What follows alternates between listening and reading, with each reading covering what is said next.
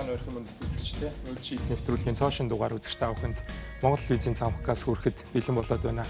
За Монгол их орны минь хувьд өчигдөр олон улсын валютын сантай хийсэн хилэлцээр болон өнөөдөр болсон спорт сонирхчдын хувьд бол NBA All Star-ын тоглолт бол сонирхолтой байж магадгүй. Гэхдээ өнөөдөр Монгол визийн редакц өөрсдийгөө хамгаалж үг хэлэх боломжгүй.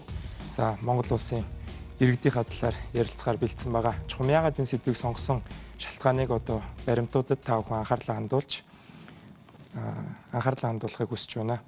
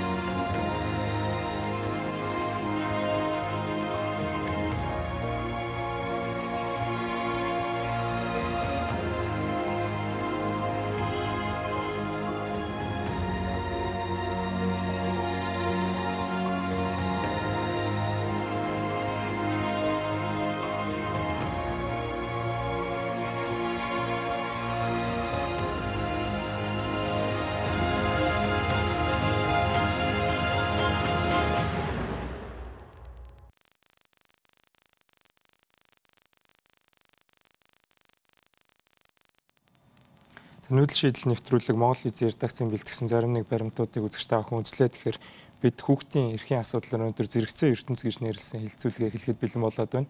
Студид ирсэн зочдтой танилцуулъя. Миний баруун гар талаас хүний эрхийн үндэсний комиссийн дарга Бямд орж ирсэн байна. За гэр бүл хүүхэд залуучуудын хөгжлийн газрын хүүхэд хамгааллын хөгжлийн газрын дарга Алтан Заяа ирсэн байна. За боловсрол соёл шинжлэх ухааны спортын яамны боловсролын бодлогын газрын суур бүрэн дүнд боловсролын хэлтсийн дарга Болормаа хүрэлцэн ирсэн байна.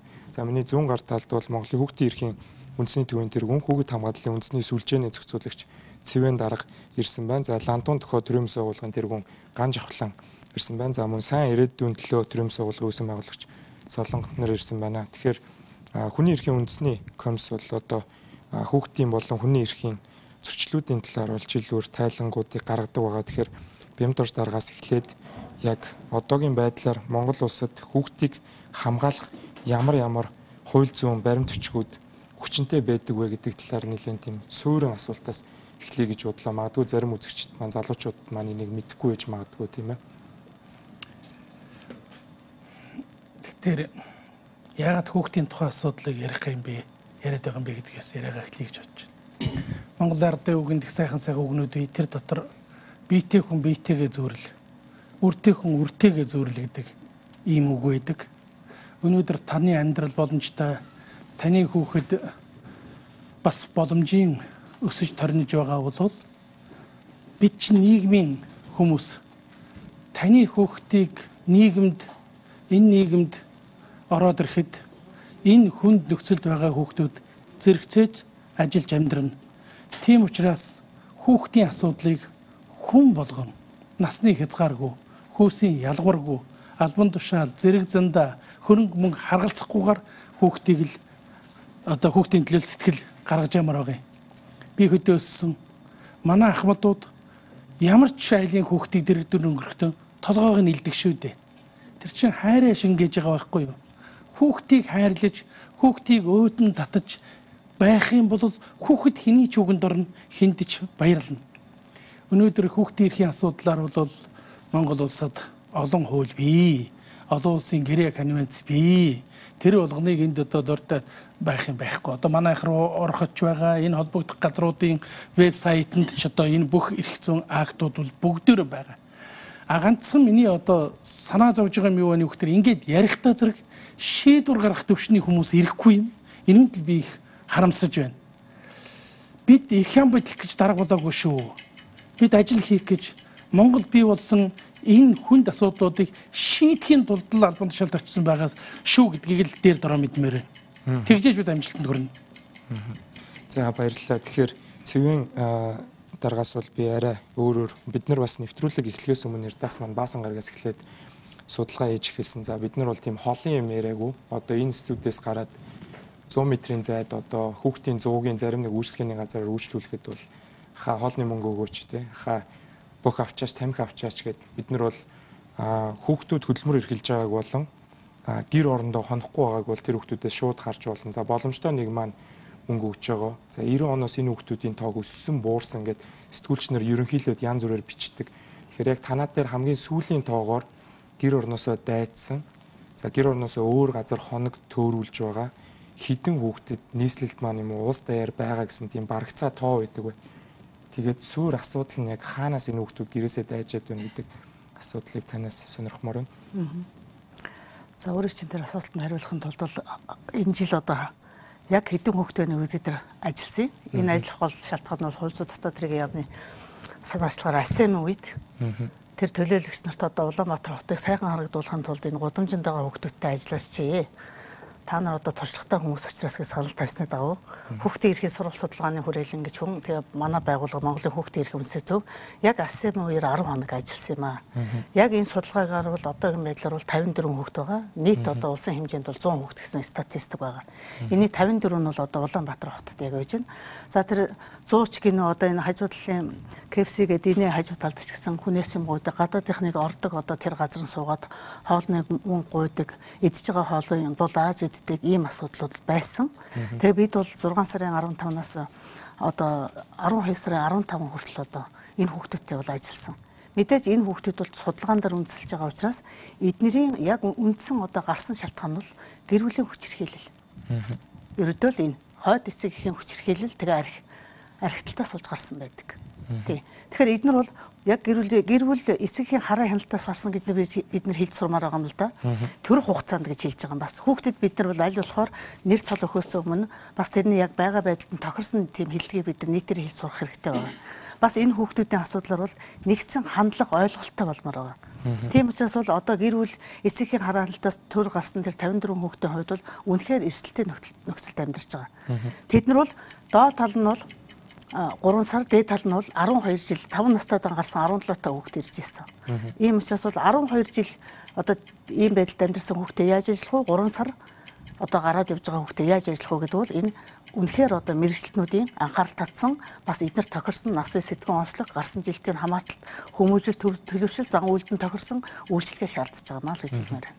За баярлалаа. Тэгэхээр 54 хүүхэд байна уу? За улсын хэмжээнд 100 хүүхэд байна уу гэдэг тоон дээр маргахаас илүү зүгээр нэг Монгол хүүхдэл гадаа хас 20 градус байхад хонох газаргүй байна гэдэг бол бас үр хүүхдтэй хүмүүсийн ч юм уу зүгээр хүмүүнлэг арчсан нэгэн байгуулах ч Монгол хүн бүр уг нь санаа зовох ёстой асуудал байх. Тэгэхээр сайн ирээдүйн төлөө төрөмс байгууллагын Солонго тантай бас холбогдож байхад бол арай өөр том мэдээлэл хэлж байсан.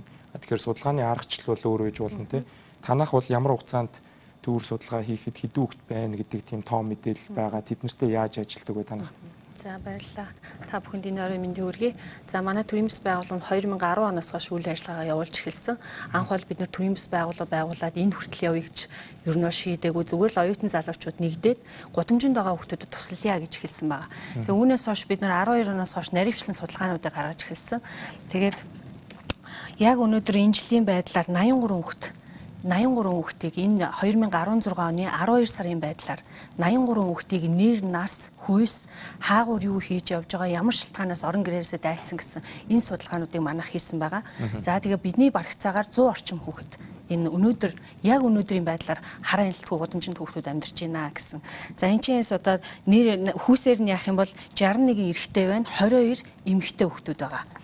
За тэгээ хараа хяналтгүй хүүхдүүдийн одоо нэгдсэн судалгааг та асууж байна те. Ерөнхийдөө бол яг нэгдсэн судалгааг ер нь энэ 100 хүртэл ер нь байгаагүй. Цагдаагийн ерөнхий газар, нийслэлийн хүүхд гэр бүлийн хөгжлийн газрууд, тэгээ төрийн бас байгууллагуудын нэгдсэн тийм судалгаа гэж ерөөсөө байхгүй. Нэг 50 эдийн хүүхдийн тоо яригадаад явж исэн боловч энийг яг манай төрийн бас байгууллага нэгтгэхэд яг нэг ч хүүхдийн тоо давхцалгүйгээр гэхдээ 2011 оноос хойш өнөөдрийн хүртэлх тоонд 330 хүүхэд орсон байгаа. За энэгээр 330 хүүхдээс 61 эмэгтэй 269 эрэгтэй хүүхдийн үнд хамрагдсан байна. За нэг ч хүүхд яагаагүй байдлаар давхцаагүй байдлаар шүү. За тэгээ хараа хяналтгүй хүүхдүүдийг за дүүргүүдэд хуваасан тэр наривчлан судалгаанууд байна. Гэхдээ тэр болгоныг дурдаад бол яг ерөнхийдөө бол хүн болго мэдж байгаа Баян зүрх дүүрэг болоод Сүхбаатар дүүргүүдэд маш ихлбэг байгаа. За хөдөө орон нутгаас одоогийн байдлаар 2 хүүхэд байна гэсэн ийм судалгаа байна. За тэгээ хүүхдүүд удамжинд эргээд бас танд хариулах боломжийг олгоно. Тэгэхээр бас цэвэн дарга болон солонго төрөм суулгын тэргүүн нарын яран дээрээс бас ингээ яг асан болоод гаднаас өөр улсын өндөр дээд хэмжээний зочид ирнэ гингүүт зүгээр сайхан харагдах байдлаар энэ судалгааг яг судалгаа хийгдсэн нь бол болж тийм ээ. Гэхдээ одоо нөгөө 107 орны сайд ирнэ үсээ самнаад гэрээсээ гараараа гэдэг шиг одоо яг ийм зүйлээс болонгууд хүүхд рүүгээ анхаарсан байгаа нь бол бас бидний ухамсар болон энэ асуудал дарга нар яаж хандж байгаа нь шууд харагдаж байгаа мó гэж бодож байна. Тэгэхээр гэр бүл хүүхэд залуучуудын хөгжлийн газрын зүгээс бол төрийн агентлаг тийм ээ. Тэгэхээр та бүхэн маань одоо энэ эцэг эхийн хараа хяналтаас түр гарсан гэж нэрлэх нь зөв гэж цэвэн дарга сая хэллээ. Энэ хүүхдүүдэд зориулсан ямар нэгэн үйл ажиллагаа төсвөөс мөнгө одоо танаад тавигдаж өгдөг үү? Эсвэл хүүхдийн төлөө үндэсний газраараа заавалчгүй энэ нь явах ёстой. Тэгэхээр бямд орж байгаас эхлээд асуусан асуулт маань за гэр бүлийн хүчирхийлэл боллоо. Хойд аав нь архиулаа, хүүхдийг хүчирхийллээ. Хүүхэд гэрээсээ гараад гүйлээ тий.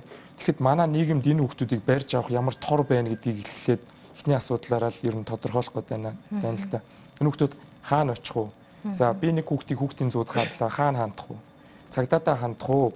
Эсвэл залгадаг тийм дугаар байна уу гэдгийг л мэдмээр байна л да. Тэгэхээр төрийн байгууллагуудаас за хуучин хүүхдийн төлөө үндэсний газрын суурин дээр байгуулагдсан гэр бүл хүүхд залуучуудын хөгжлийн газар маань бол одоо нийгмийн 3 том бүлэглэлийг хамарсан үйл ажиллагааг ингээд явуулж байна. За сая одоо цэвэн дарга Солонгогийн маань өгөн гарсан 57 хүүхд гэдэг асуудлыг бол сая манайх одоо нийслэлийн засаг даргын захирамжаар одоо төрийн бас байгууллагуудтайгаа нийлээд 9 дүүрэг цагдаагийн газартайгаа 9 дүүргийн гэр бүл хүүхд залуучуудын хилцтэйгээ нийлээд хараа хяналтгүй хүүхдийг 16 оны 12 сарын 9-ноос 10-ны хооронд одоо нээнч илрүүлж тогтоох тэдгэрийг одоо авах ийм арга хэмжээг сая зохион байгуулсан. Энэ арга хэмжээний үеэр бол нийт 78 хүүхдийг бид нар одоо илрүүлж авсан байгаа юм. Тэгээд илрүүлж авсан хүүхдүүдээ бол бид нар одоо гэр бүлд нь иргэн нэгтгэхтэй тэдгэр хүүхдүүд маань хэдэн жил одоо дээдл нь бол 2 жил удамжаар явсан 20 эд хүүхэд байгаа. Тэгээд бусд нь бол одоо төр хугацаар сар 2 сар те ийм нөхцлөөр ингээд гэрээсээ гараа авсан юм хүүхдүүд байсан. За гэрээс гарч явж байгаа нөхцлөл өрдвөл ар гэрээ асуудал. Ар гэр нь аав ээж нархны хамааралтай, гэр оронгүй, орцны жижүүрийн хүүхэд гэх юм уу те янз бүрийн одоо гэр бүлийн хүчирхийлэл тэгээд одоо өссөн те сангасан ийм асуудлаас болж гэрээсээ дайжиж гарсан хүүхдүүд байсан. За эдгээр хүүхдүүдэд бид нар нийт одоо хүүхдүүд дээр үйлчлэгээ үзүүлээд асрамж халамжийн төвүүдэд байрлуулах за мөн сургалт хүмүүжлийн тусгай зохицолборын нийслэлийн тусгай зохицолборт бид нар санхүүгийн асуудлыг нийслэлийн засаг даргын одоо сүргэнээс шийдэж одоо тэнд байрлуулж нэгдсэн юм үйлчлэгээг үзүүлээд одоогийн байдлаар тэндээ хүүхдүүд маань хүмүүжээд явж байгаа. За эрсдэлт нөхцөлтэй байгаа хүүхдүүдийг бид нар нэг илрүүлж тэдэнд одоо тусламж өгөх асуудал дээр бол хүүхдийн тусламжийн утас 108 төвийг бол хариу үйлчлэгээний эрсдэлт нөхцөлтэй байгаа хүүхдүүдэд хариу үйлчлэгээний төв болгон 2017 оны 1-р сарын 1-ээс эхлэн үйл ажиллагааг нээн эхлүүлээд явж байгаа. За баярлалаа. Тэгэхээр гяс тодруулга авах 108 гэдэг энэ дугаар руу би энэ хүүхэд гэрээсээ дайжсан хүүхэд энд байна гэд дуудлага өгөхөд төрийн аль албан агч ирж тэр хүүхдийг авч аюулгүй газар аваачих боломжтой. Цагдаа юу? За ийм байгаа. 108 төвд ямар нэгэн байдлаар эрсдэл нөхцөлтэйгээ хүүхдүүдийн асуудлаар дуудлага ирэхэд за хүүхэд хамгааллын хуулийн дээр 15 дугаар зүйлд байгаа хамтарсан баг гэдэг одоо нийслэлийн 152 хороо 330 сумд ингэж бий болдог. Ийм одоо хуулийн дагуу үүссэн ийм хамтарсан баг гэж байгаа. Энэ нь болохоор одоо тухайн одоо дүүрэг хорооны засаг дарга, нийгмийн ажилтан, хорооны нийгмийн ажилтан, сургуулийн нийгмийн ажилтан, эмч, цагдаагийн ингээд албаа агч орсон юм бүрэлдэхүүнтэй хамтарсан баг юм үйл ажиллагаа. Тэгэхээр 108-д ирсэн дуудлагыг шууд хамтарсан баг руу буюу тухайн дүүргийн хүүхд гэр бүлийн хэлтсийн одоо юу мэрэгжилтэн рүү мэрэгжилтэн маань шууд одоо юу руугаа хорооны хамтарсан багт шууд даалгавар өгөөд тухайн хүүхдийг нэг илрүүлсэн газраас очиж аваад цагдаатай хамтар шууд очиж аваад 108 төв дээр хариу үйлчилгээний төвд авчирч ингэж ихний үйлчилгээ эхэлж байгаа. За баярлалаа. Тэгэхээр бид нэр 78 54 100 гэдэг тоо яриад байна. Энэ хүүхэд болгоны ард нэг түүх байгаа. Ямар нэгэн амьдралын асуудал байгаа. Өмнө нь зүгээр хувийн туршлага дээрээс цагдаагийн хаяг тогтоох гэд байрладаг байсан хаан уул дүүрэгт. Тийшээ очихоор зуны цагт хүүхдийн тоо цөөрчдөг, гадуур явах сонирхолтой.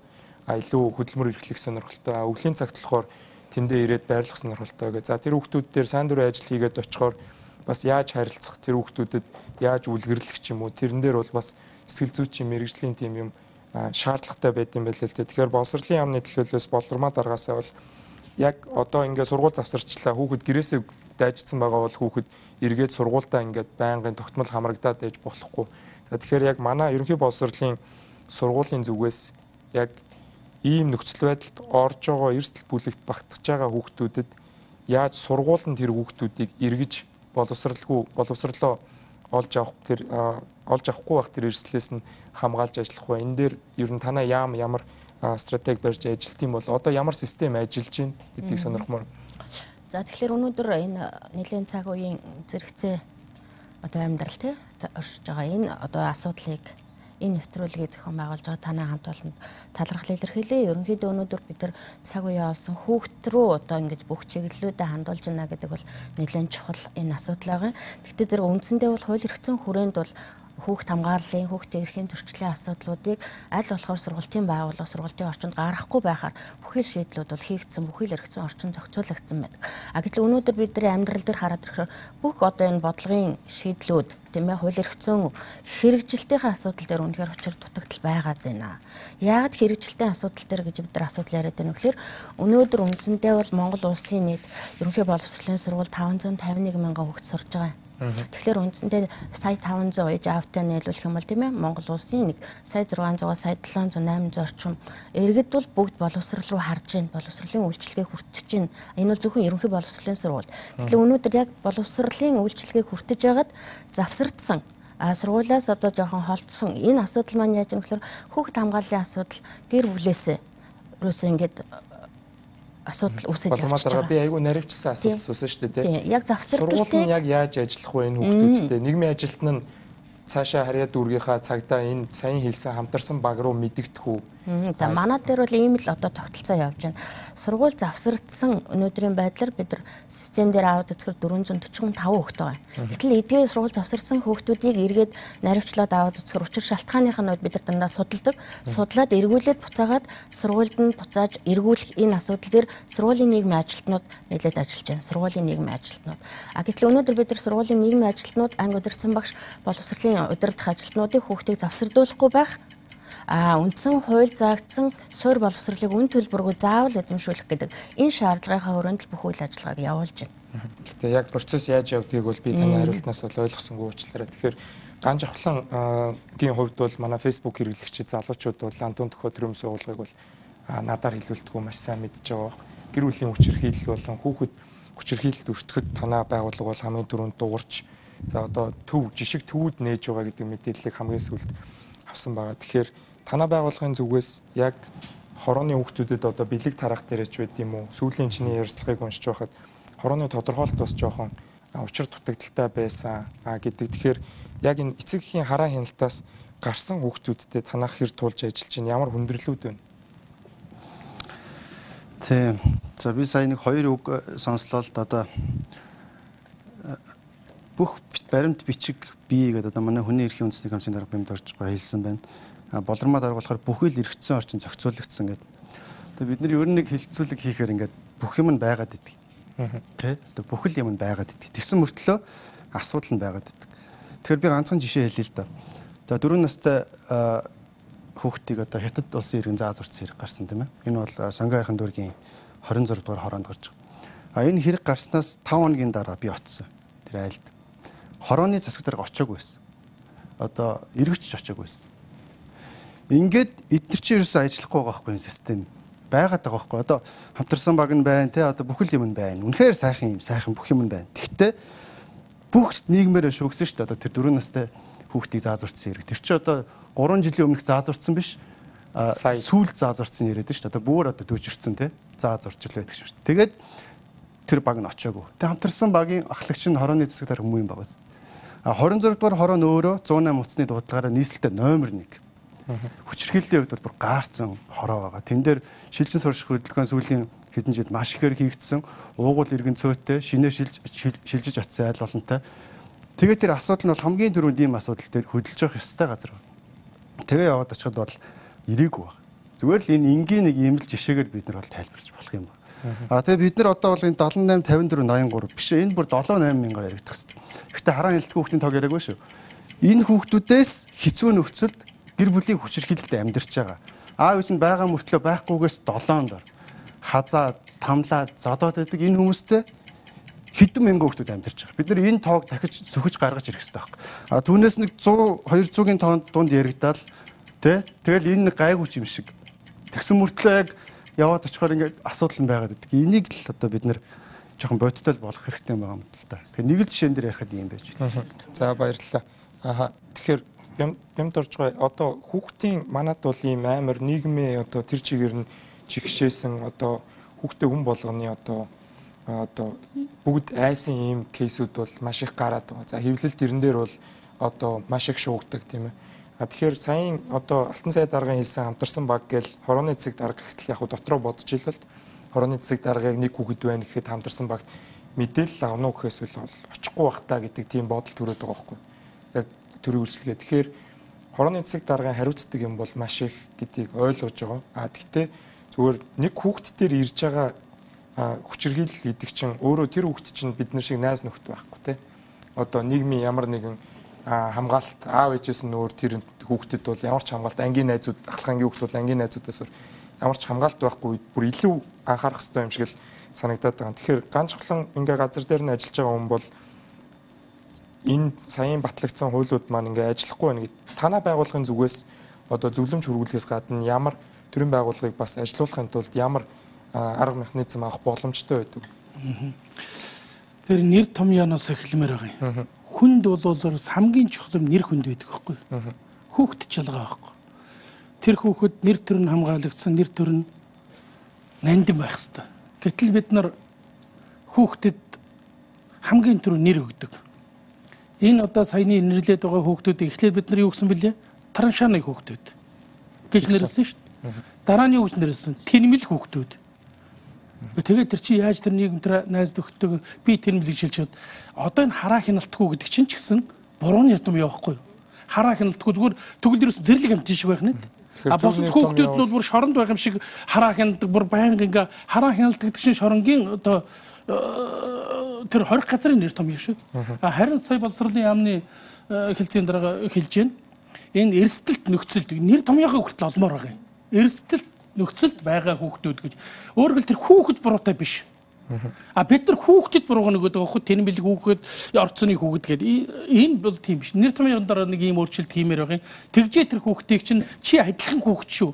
Миний охин ийм хөөрхөн яг л ялгаа байхгүй. Чи өнөөдөр аав чинь ээж чинь ингээл явж байгаа болохоос чи чинь яг л одоо тэр саран цэцэгтэй, наран цэцэгтэй тэд нартай адилхан хүү шүү дээ гэдэг тэр юмыг л ойлгох хэрэгтэй байхгүй. Зүгээр Монголын төрөөс хийсэн юм би 2007 онд шиг санагч байна. Хүний найманы тухай хууль гарсан. Энээс өмнө одоо та бүхэн бүгдээрээ санал нэгдэх байх. Энэ тараншааны тэр үед хэрэгжилжсэн ямар олон хүүхдээс алга болсон шүү дээ. Яагаад хүүхдийн асуудал энэ одоо эрсдэлт нөхцөлд байж байгаа. Энэ хүүхдэд одоо бүр их санаа зовж байгаа юм юу вэ хүүхдээ зэрэг чинь? Хүний 8 гэж нэг аюултай юм гарлаа шүү дээ. Эртний 8 гэж нэг аюултай юм гарлаа. Би их харамсч явдгийн. Ер нь магадгүй хүний 8-ны хууль гарахаас өмнө маш олон хүүхдийн зорилгоор явцсан юм шиг гадаа гэж. Одоо өнөөдөр аав нь охиноо аав нь хүүгээ аваа хил дээр очиход гарахгүй. Яагаад гарахгүй гэхээр заавал ээжийн итгэмжлэл байх ёстой.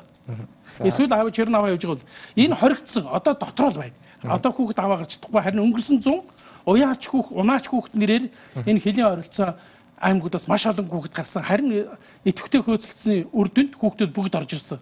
Үлдвэл яа. За баярлалаа. Тэгэхээр өнөөдрийн хилцүүлэг маань хүүхдийн ирэхээр хийж байгаа бас эхний хилцүүлэг биш. Бид нэр өмнө нь 2-3 хилцүүлэг хийж исэн. Зарим нэг зочид маань давтаж орж ирж байгаа. Тэгэхээр илүү өнөөдөр бид юу хийж чадах вэ гэж яагаад ихний пакэж буюу одоо сурвалжлагыг өндөрлсөн бэ гэхээр за төрийн байгууллагуудаа шахах юм уу төсвийн мөнгө сайн тавиулж өгөөд маш сайн нийгмийн тор юм хамгаалалттай болох бол мэдээж иргэнийг алхам. За гэхдээ олон улсын байгууллагууд болон Монголын төрийн өмс байгууллагууд хүүхэд рүү чиглэсэн маш олон байгууллагууд дэлхийн зүүн за хүүхдийг ивэх сан ЮНИСЕФ сүүлийн үед агаарын бохирдлуулан хар туглагын нөгөө том материалууд судалгаа гаргаж ирэхээр зөвлөмж хургуулахтэр маш сайн ажиллаж байгаа. За энд ирсэн төрийн өмс байгууллагуудын төлөөлж гисэн. Тэгэхээр өнөөдрийн хилцүүлгийг болохоор аюулын харант дэлтгэхээсээ илүү бид нэр юу хийж болох вэ гэдэг дээр шууд шилжмээр байна л да. Тэгэхээр цэвэн дарга та бол хүүхдийн асуудлаар олон жил ажиллаж байгаа. Энэ олон жил ажиллаж ирэхэд энэ хүүхдүүдийн тоог бууруулах байдлаар ч юм уу. За энэ хүүхдийг аюулгүй байдалд өсөж торниулах тэр хамгийн шалгарсан арга юу хийгдчихвэл хүүхдээ хамгаалчих гэдэг гэдэг дээр бодлого талаас нь танаас сонирхоод байна. Ерөөсөн тэрөө эрх зүйн орчин бүрдсэн гэл хэллээ л дээ тий. Бид бол 20 хэдэн жилийн хугацаанд бол ерөөсөн дандаа асуудлыг гал унтраах маягаар явсан юм. Одоо сайн манай гамбайс завхлын дээр хэлээд шүү дээ. Одоо тэр чинь алга байна гэж. Энэ аргагүй. Бид энэ жил л одоо хүүхд хамгааллын тухай хууль, хүүхдийн эрхийн тухай хуулийг гаргалаа шүү дээ. Шинжилэн найруулаад зарим нь шинээр гаргасан. Энэ өөрөө тэр гал унтраах маягаар биш, асуудлыг цогцоор нь тогтолцоонд нь шийдэх гэж шинэ юм хийгээд дөнгөж одоо 3-4 сар болж л 9 сарын 1-ээс эхлээд хэрэгжиж байгаа шүү дээ.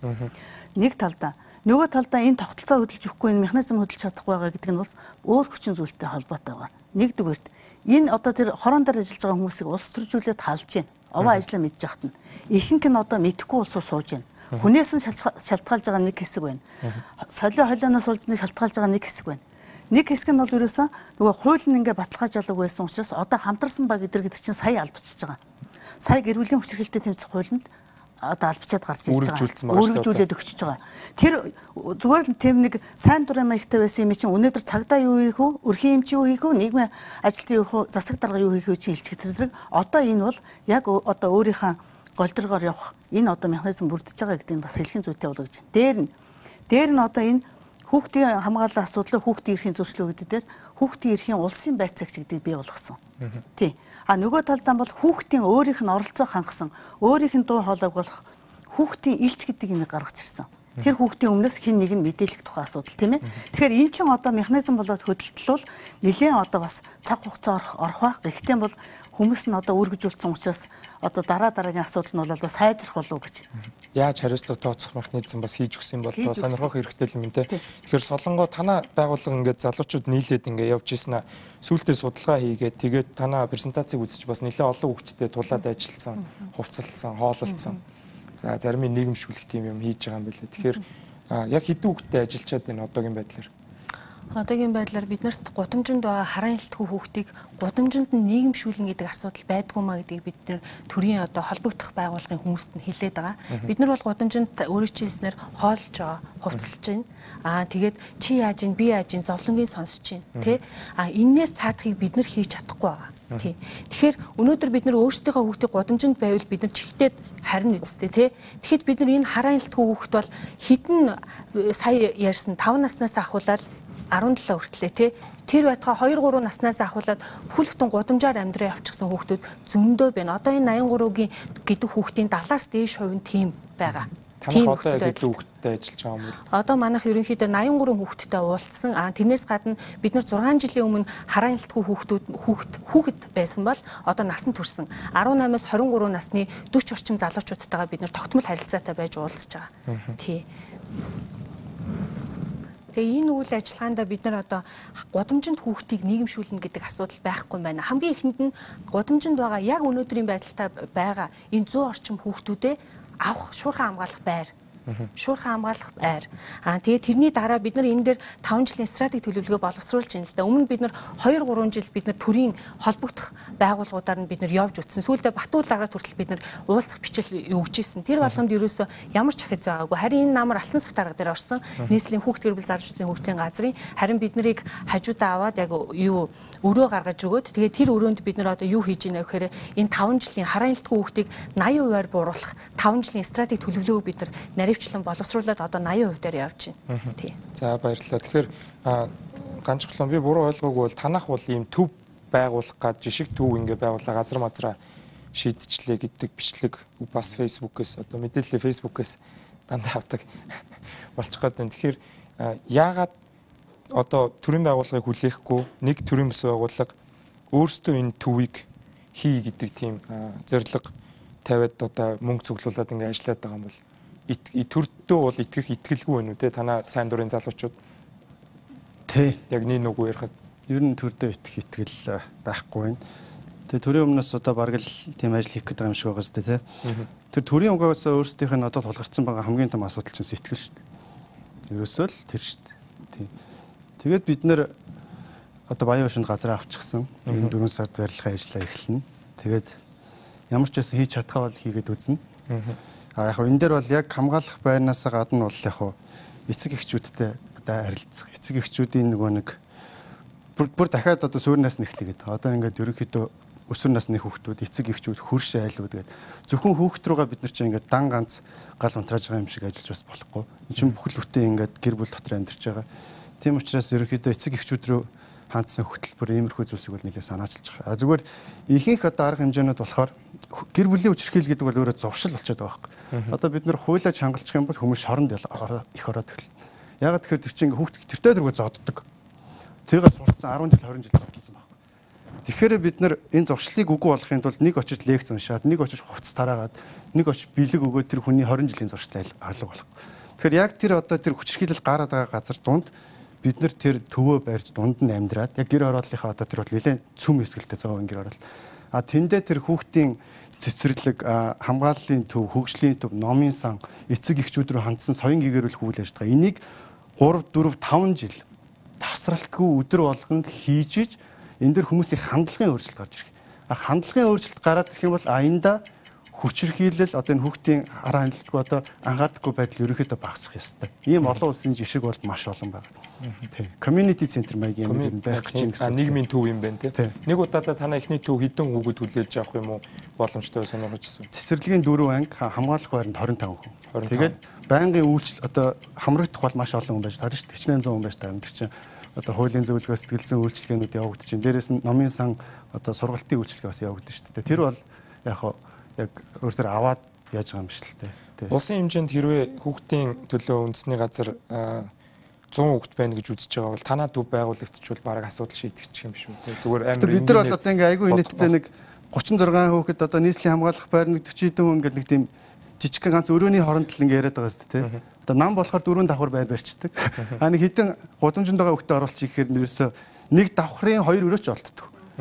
Тийм л инээдтэй нөхцөл байхгүй юу? Тэгээд Монгол хэцүү байдалд байгаа хүүхдүүдийн асуудал нь гадаад хүмүүсийн асуудал юм шиг хандлага тий. Бас хүүхдтэй хэн тулж ажиллаж байгааг нь бас харахаар шүүмжлэх юм бол айгүй их байгаад байдаг. Тэгэхээр болормоо дараагаас энэ гэр бүлийн хүчирхийлэл хүүхдийн асуудал ярихаар манай нийгмийн шууд нөгөө дарга нар бол шууд ядуурл. За эн чи ядуурл, за харигталт гэдэг нийгмийн суурь асуудлууд. За ядуурл гэд ярихаар авилга, хээл ахуул гэд. Ингээд нөгөө анхны хүүхдийн асуудал маань ингээ хаягдаад өөр яриа болохтой байна. Айгүй амархан байгаад байдаг. За гэр бүл төлөвлөлт, гэр бүлийн боловсрал хүүхдэд зодож болохгүй. Эрүүл жирэмслэлт гэж юм байдیں۔ Гэр бүлийг ингэж төлөвлөлтийн гэдэг юм бүр яг ганцхан хэлж байгаараа энэ нийгмийн хандлага өөрчлөгдөхийн тулд манай боловсролын суурь хөтөлбөр дотор халхангийн хүүхдүүдэд ч юм уу те нөхөн үржихүүн хичээл бол хасагдсан гэд хүний эрхийн байгууллагууд айгүй их ярьжсэн өмнө олон хилцүүлгүүд явж хахад тэгэхээр нөхөн үржихүүн боловсрал яг сүүлийн 4 жилийн хугацаанд сургалтын хөтөлбөрөөс тийм их хэмжээгээр хасагдсан юм агуулгаараа Энийг нэмж өгөх ёстой юм шүү. Одоо хэрвээ нийгмийн асуудлаа шийдээгүй хоёр залуу хүүхэд үйлдвэрлээд хоорондоо хэрэлдээд тэгээ хүүхэд тохироод байх юм бол бид нар энэ боловсролыг багаас нь өгөх ёстой юм шүү л гэдэг асуулт танаас сонирхмоор байна. За тэгэхээр ерөнхийдөө өнөөдрийн бидний ярьж байгаа асуудлын гол чиглэл бол эргээд нийгэм лугаа эргээд нөгөө нийгмийн бүхэл давхар руу орж ирэх хэрэгтэй байхгүй юу? Одоо саяны таны тавьж байгаа нөхөн өрчгөн эрүүл мэндийн асуудал зөвхөн хөтөлбөрөөр хэмжигдээд хөтөлбөрөөр хязгаарлагдах асуудал биш байхгүй юу? Яг тэгэхээр энд уламжлалт Монгол соёл, уламжлалт Монгол зан үйл, уламжлалт Монгол иргэний гэр бүл төлөвлөлтийн асуудал бүхэлдээ зохицоор орж ирэх хэрэгтэй. Тэгжээж энэ асуудал дээр яагаад гэхдээ зэрэг би таныг дахиад зогсооч яраа. Асуудлыг цогцоор нь шийднэ гэдэг бол манай улс төрчдийн баг би чуулга үзээд миний хамгийн үзэх дуртай юм чуулга. Чуулган дээр хамгийн гоё асуудлыг унгаадаг юм бол асуудлыг цогцоор нь шийдэх буцааж татдаг. Тэгэхээр яг одоо нөхөн үржихүүн ямар хичээлүүд орж ийнө энэ хасагдсан юм уу гэдгийг сонирхоод байгаа байхгүй юу? Тэгэхээр энэ маань цогц асуудал гэдэг чинь нэгдүгээр анзаарах хэрэгтэй. Хоёрдугаар бид нар хандлага өөрчлөхийн тулд зайлшгүй суурь юм руугаа орохоос өөр арга байхгүй. Тэрнээс өнгөцгөн яриад өнөөдрийн асуудлыг шийдэх биш. Өнөөдөр эрүүл мэндийн боловсрол буюу нөхөн эрчим эрүүл мэндийн хөтөлбөр бие даасан хөтөлбөр байгаа дунд сургууль хэрэгжиж байсан. Энийг бол өнгөрсөн 12-оос 16 онд бол бүхэл бүтэн энэ эрүүл мэнд гэдэг асуудал маань бүх хүний амин чухал асуудал учраас 16 хичээлийн багш болгон энэ хичээлээрээ хүүхд болгонд эрүүл мэндийн асуудлыг яриа. Эрүүл мэндийн зөв харьцаа, зөв зан үйлийн тухай яриа гэдэг байдлаар шилжүүлж хөтөлбөрөө үзсэн. Гэхдээ яг гол агуулгуудаа бол биологийн хичээл эрүүл мэнд, биеийн тамирын хичээл эрүүл мэнд гэдэг хичээлүүд рүү ингэж оруулж ирж өгсөн. Гэтэл энэ дээр бол бид нар өнгөрсөн 4 жилийн хийсэн энэ хөтөлбөрөө өөрчилснөөгөө эргээд олон улсын байгууллагуудаа судалгаа хийж үзээд яг одоо энэ хичээлүүдийг 16 хичээлийн багш болгон хүүхдтэй эрүүл мэндийн асуудлаа яриад эхлэхээр хүүхдийн чадвар яаж өөрчлөгдөж вэ гэдэг дээрээ судалгаа хийгээд үзэхээр үндсэндээ тэр одоо нөхөн өрчгөн эрүүл мэндийн 36 цогц чадсан гэж байгаа чадвар. Одоо тухайлбал одоо бэлгийн замын халдвараас сэргийлэх өөрсдийгөө тий 29 цогц чадвар маань хүүхдүүдэд байна уу гэх юм бол яг нөгөө хичээлийнх нь хөтөлбөр агуулгад биологийн хичээл дээр нь 9 чадвар нь суугаад үндсэндээ бол одоо биеийн тамирын хичээл дээр эрүүл мэндийн боловсрол олгох юм чадвар суугаагүй байна гэж ингэж үзсэн. Гэхдээ зэрэг бид нар энд зөвхөн эрүүл мэндийн хөтөлбөрийн асуудлаар энэ нөхөн өрчхүйг шийдэх гэдэг бол боломжгүй байна. Тийм учраас энэ дээр бол хөтөлбөрөө өөрчлөе, сургачгаа өөрчлөе, цаашдаа багш бэлтгэжсэн тогтолцоогоо үргэлжлүүлье. Дээрээс нь яг хөөхтэй зөв ерөөсөө гэр бүл доторх эрүүл мэндийн эрүүл зан үйл, эрүүл хооллолт, эрүүл харилцаа руу бид нар эргэж хандахгүй болохгүй нэ гэдэг дээр шийдэл маань гарч ирсэн байна. За баярлалаа. Тэгэхээр нүүдэл шийдэл нэвтрүүлэг өнөө өрөө зэрэгцээ ертөнц гэж нэрлсэн хүүхдийн эрхийн хилцүүлэг үргэлжилж байна. Хэсэг хугацааны сурчлагын дараа эргээд хилцүүлэгт орох болно. Нүүдэл шийдэл нэвтрүүлэг даваа гаргийн үуч зэрэгцээ ертөнц гэж яг бид нартэй зэрэгцээд амьдарч байгаа. За тэгтээ үнэхээр хүнд нөхцөлд ам зууж байгаа хүүхдүүдийн талаар яаж энийг нийгмээрээ бид нар хамгаалж болох вэ? Иргэн та юу хийж болох вэ гэдэг дээр хилцүүлэг өрнүүлж байна. Тэгэхээр Алтан заяа дараагаас нэг зүйл сонирхоод суухад дөнгөж өчигдөр засгийн газар маань одоо ингээд шинэ хөтөлбөр хэрэгжүүлээд хүүхдийн мөнгийг бас 40% руу буюу яг эрэлттэй байгаа хүүхдүүд нь гэж засгийн газрын зүгээс бол тайлбарлаж ийлээ. Энийг бол ЮНИСЕФ-ийн суурин төлөөлөгч бол Twitter дээр буруу шаагаад ягаад хүүхдүүд эдийн засгийн хямдрал энэ хямралыг даван гаргахад эхлээд хохирогч нь байх ёстой юм бэ гэдэг байр суурийг илэрхийлжүүлээ. За олон улсын байгууллага бол ингээд байр суурийг илэрхийлжт юм байж. Маш олон бага орлоготой иргэдийн хувьд хүүхдийн мөнгө, оюутны мөнгө гэдэг нийгмийн халамжийн мөнгнүүд маань амьдралынх нь гол их үүсвэр байдаг гэдгийг бол бид нэр иргэн тойрныхоо хүмүүсээс ч гэсэн мэдээ хийж байгаа сэтгүүлч бид нар ч гэсэн маш сайн мэдж байгаа. Тэгэхээр хүүхд гэр бүлийн асуудал хариуцсан агентлагт ажиллаж байгаа хүний хувьд та энэ шийдвэрийг юу гэж харж байна? Эдийн засаг хямралаа. Одоо бол хүүхдийн мөнгө авдаг байсан зарим айлууд бол тэр хүнсний толон гэдгээр орлуулна гэдгийг бол сайн тайлбарлаж хэлээгүй л байна л да. Одоо сангийн яамныхан яаж тэр толооныг тараах юм. Энэ бол иргэдэд бол маш хэрэгцээтэй мэдээлэл. Энийг танай агентлаг яаж хүлээж авсан? Эсвэл засгийн газрын агентлаг болохоор засгаа шүүмжилж бас болохгүй юм болов уу? За энэ үл яг өчигдөрхөн гарсан мэдээлэл өчигдөрхөн гарсан мэдээлэл одоогор бол биднэрт баримтжиж ирсэн. Цаасан дээр буугаад ирсэн материал бол байхгүй. Гэхдээ тодорхой хэмжээгээр бол бид нар эрсдэлт нөхцөлд байгаа хүүхдүүд гэдэг маань бол за би нэг дээр нэг жишээ авч яриа л да. Одоо бид нар нэг аймгийн нэг суманд нийт 1200 хүүхэдтэй гэж үзэхэд энэний хэдэн эрсдэлт нөхцөлд байна гэдэг тодорхой тоон судалгаа хийж үзэж байгаа. Үгүй энэ дээр жишээлбэл 1200 хүүхдээс 54 нь буюу те одоо эмзэг бүлгийнх тийм ээ дээр нь аав ээж нь ажилгүй одоо архины маралтай ийм асуудалтай гэсэн ийм тоон судалгаа гарч байгаа. Тэгэхээр энэ нийт хүүхдийнхаа яг хувиа аваад үзэхлээр 4.5 орчим хувьтай. За энийг Улаанбаатар хотод харьцуулаад үзэх юм бол нийт 10 орчим хувь, 10-аас 15% эрсдэл нөхцөлтэй ийм хүүхдүүд байна гэж харагдаж байгаа.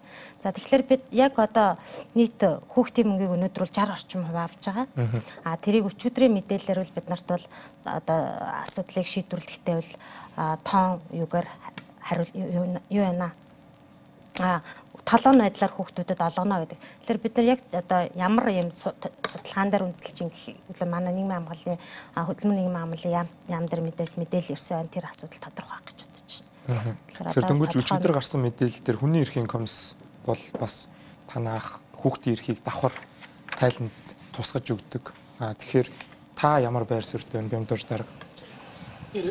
Манайх энэ жил ээлжилт хэлтгэлтэй хүүхдийн эрхийн асуудлыг бүр хөлөг болгож оруулж байгаа. Маш олон судалгаа хийсэн.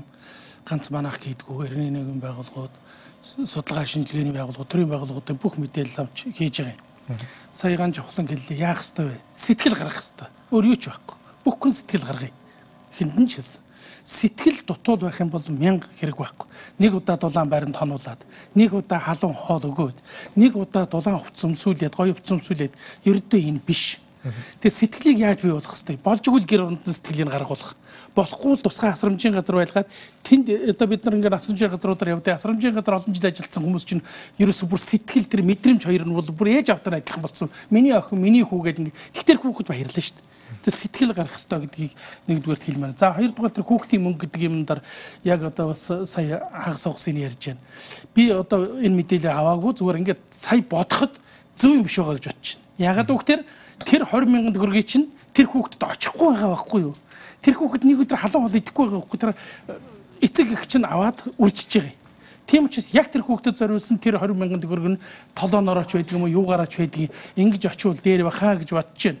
Ер нь энэ нийгмийн ядуур бол олон юмд үнэхээр борж байгаа л да. Тэгээ одоо бид нар бол эрсдэлт нөхцөлд байгаа хүүхдүүдийн тухай л ингээд ярьж байна. Одоо бид нар ганцхан гэрээсээ жаахан даачсан хүүхдүүдийн тухай ярьж байна. Гэртээ байгаа хүүхдийн талаар сая энэ манай залуучууд хэлээ. Би бас энд нэг юм хэлмээр байна. Иргэний нийгмийн байгууллагатай манайх бол нэг тамтар ажилладаг. Жинхэнэ сэтгэл тэнд байдгийг. Жинхэнэ сэтгэл тэнд байдгүй. Харамсалтай нь тэднэрт мөнгө төгрөх боломж их муутай.